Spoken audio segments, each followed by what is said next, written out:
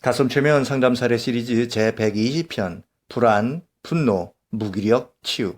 인생 자체가 살기 힘들고 기운이 없어 죽고 싶습니다.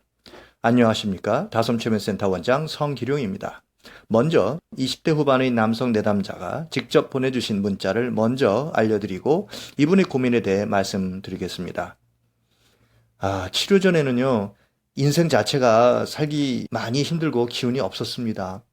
청소년 시절 및 성인이 되고 나서도 그동안 크게 겪은 여러 트라우마에서 못 벗어났기 때문에 뭔가를 하려면 항상 트라우마가 떠올라서 일상생활에도 지장이 크게 갈 정도였습니다. 최면 치료를 하면서 느낀 점은 처음에는 조금 반신반의를 하였지만 점점 심적으로 많이 호전되어 가고 트라우마에서 벗어나고 있다는 것을 느꼈습니다. 그리고 실제로 최면이 걸리게 된다는 것도 몸과 마음으로 느끼게 되었습니다. 치료 후 그 전에 비해 자신감이 많이 생기게 되었으며 인생의 삶에 대하여 점점 긍정적으로 생각을 많이 가지게 되었습니다. 정말 감사합니다. 이분이 다솜체면센터를 찾게 되었던 고민은 다음과 같습니다.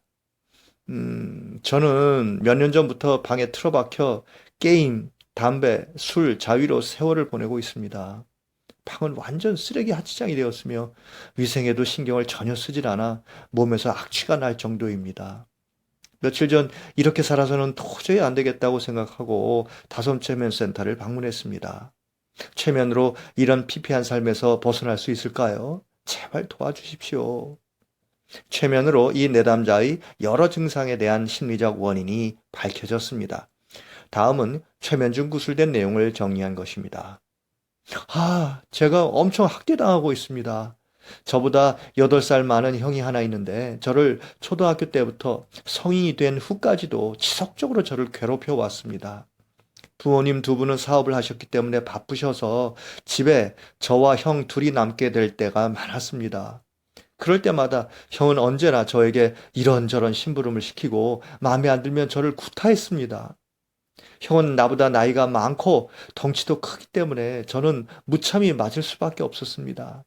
심지어 청테이프로 입과 손발을 묶어놓고 옷을 벗긴 채 화장실에 감금해 두기도 했습니다. 정말 악마가 따로 없습니다.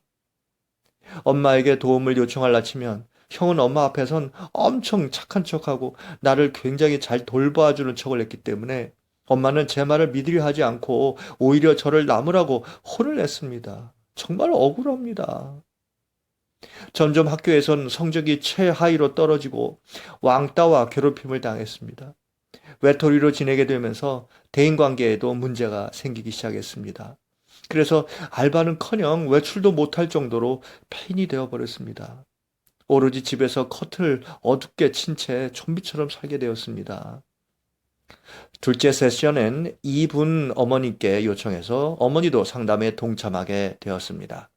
최면 중 둘째 아들의 입에서 나오는 놀라운 얘기를 듣고 거의 실신하실 지경이 되어버렸습니다.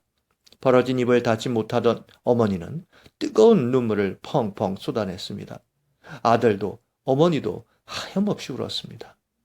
한참 울고 난 후 어머니가 진심으로 이 내담자에게 사과를 했고 형한테 그동안의 죄를 물어 단단히 혼을 내겠다는 다짐을 받아냈습니다. 몇 번의 최면 상담 이후 이 내담자와 연락이 닿았습니다. 그동안 쌓였던 억울함은 어머니가 알아줬기 때문에 다 풀어진 것 같다고 말했습니다. 지금은 청소도 잘하고 알바도 잘하면서 새로운 삶을 살고 있다고 했습니다. 여러분, 이렇게 해결되지 않고 억압된 트라우마 기억과 감정은 피해가 막심합니다. 유사한 문제로 고민이신 분들은 주저치 마시고 다솜체면센터를 방문 바랍니다. 지금까지 다솜체면센터 원장 성기룡이었습니다. 감사합니다.